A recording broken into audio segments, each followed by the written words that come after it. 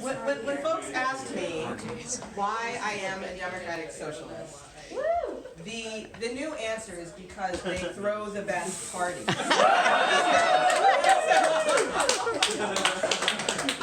And I love this because, you know, when we think about politics and what it means to get involved in politics, we think it's going to be this dry, boring slog, and you're going to have to go and blah, blah, blah, and talk to people. No. This is what politics looks like for me, and I love it. Yes. This is what it looks like to build our communities, to gather our people together, and I love it. And when folks ask me again, what democratic socialism means, what is socialism, what is that about? There's a lot of things that get tossed around. It's like, you're a socialist, you're a socialist, you're a socialist. And, I'm like, yeah, you can call me that as much as you want. Because here's why. Because what that means is two things for me. I believe in the importance of the commons, and I believe in the power of community. Yes. And it is recognizing those two things that help us build the communities that we need. And I love Metro DC DSA. I have to say, no, I'm totally serious. Because you guys are in it to make this happen for real. Yes. I love and I'll note, and I'm very proud to have been endorsed by the chapter, but I'm particularly excited because I saw what this group did in Virginia when it got serious and it said, we are taking this, we are throwing down, we are getting out there, and we are going to win things that nobody thinks that we can win. There are folks who are going to not want to take, they're going to be like, oh, DSA, they're so cute, it's kind of nice, there's a bunch of socialists who want to organize. Forget that noise. The reason that they try to minimize us is because they know that if we start to understand how powerful we are, we kick their butts. And this chapter is about demonstrating that. And I love having this group of people as part of this movement here in Montgomery County, because there are a lot of folks who want to say that you have to do it the same old way. Never mind that loses us seats and states and whole communities and the nation, and that's what's been happening for the last couple of decades. But somehow we're supposed to stay in this regular old milquetoast, we don't talk about anything real, we try and show all these numbers and stats, and we don't talk to people's heart, and we don't talk to people's real needs. Never mind that folks are constantly opting out of the political process because they don't believe it represents them. These folks say, well, we still got to do it the same old way because that's the tried and true, and that's how it works. And I'm sorry, I come from communities where that is not working for me.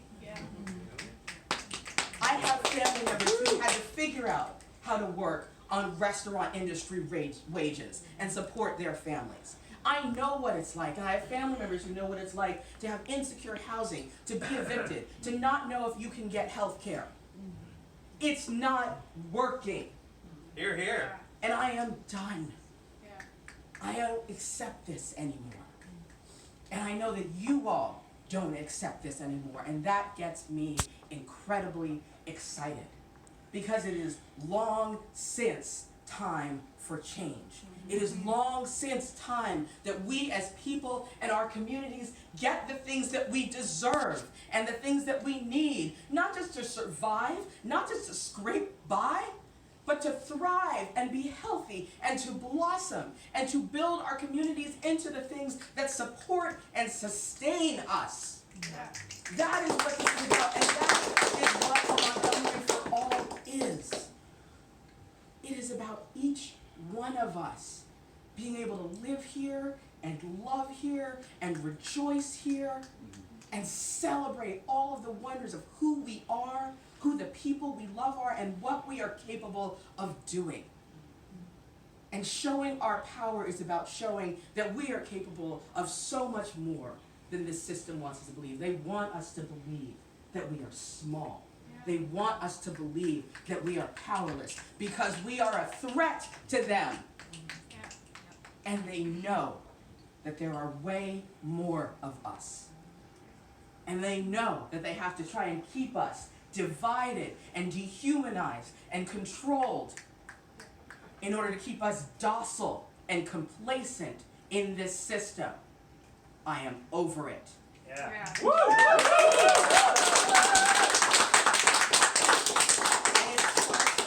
And it starts for me with my family. Because that is where I learned what community is. I learned it from the folks where we know how to struggle and wrestle through stuff together.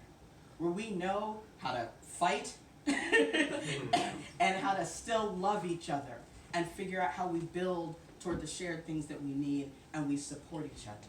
Where we know that we have a responsibility to one another, to care for one another, to lift each other up, not to tear each other down. So of course, when I announced my campaign, my sister was the first person who contacted me and said, "Can I be your campaign manager?" That's what my community is about. Of course, my mother shows up, and she's been showing up for the last 41 and a half years. To say, I am going to apply everything that I know how to do to make this happen. Because folks don't want to talk about love, care, community. These are sissy words. These are girly words. She's a lady. She likes to talk about girly words. Love is power. Care is sustenance.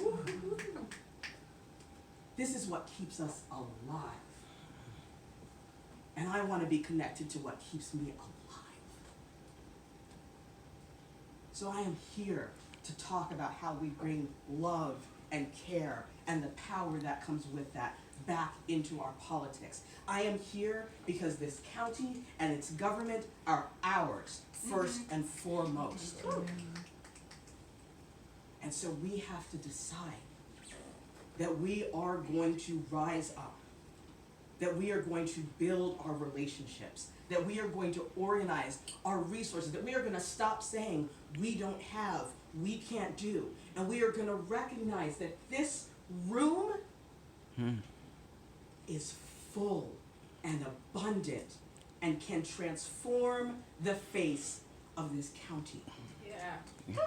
This is what we need to know about ourselves. This is what the members of our communities need to know about themselves, because they have heard this message too. That says you are not enough. That says you don't matter. That says you don't belong. That says you don't deserve.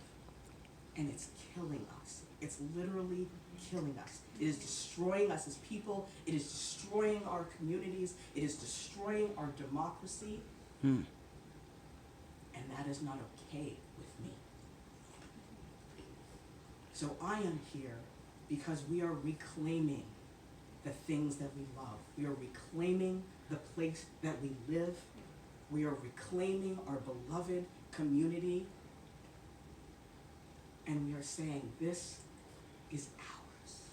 This is our time. This is our movement.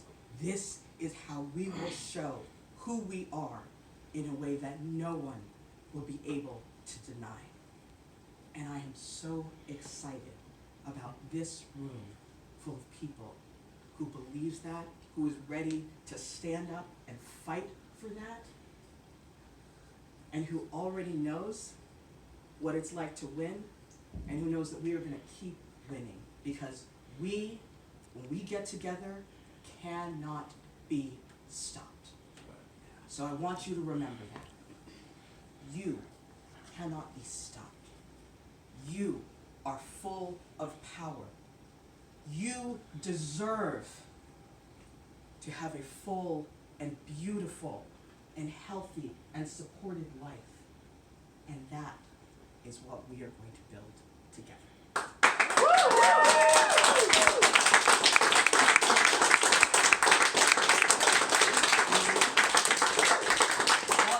Get me all fired up here.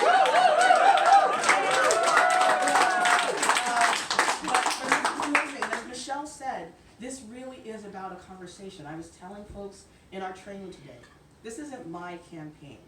I have a role in this campaign. But this is our campaign and our movement, and we take that seriously here. Those aren't words to me. That is the practice of how we operate. It is about making sure that this campaign is the vehicle for what we all need to do. It's about making sure that every person who donates or who volunteers or who votes can answer the question, what's in it for me?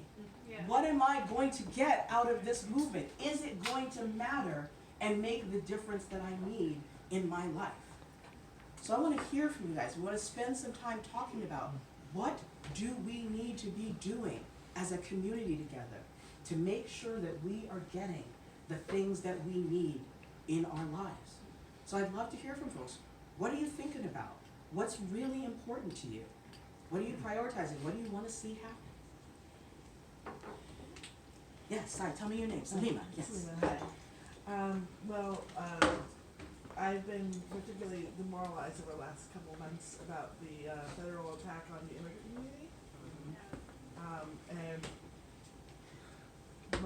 Seeing as there's really no moral courage on Capitol Hill right now to support dreamers and people with green cards that are inconvenient apparently, or what can be done, if anything, or what vision do you think you could bring to the county council to sort of help support our immigrants? Absolutely.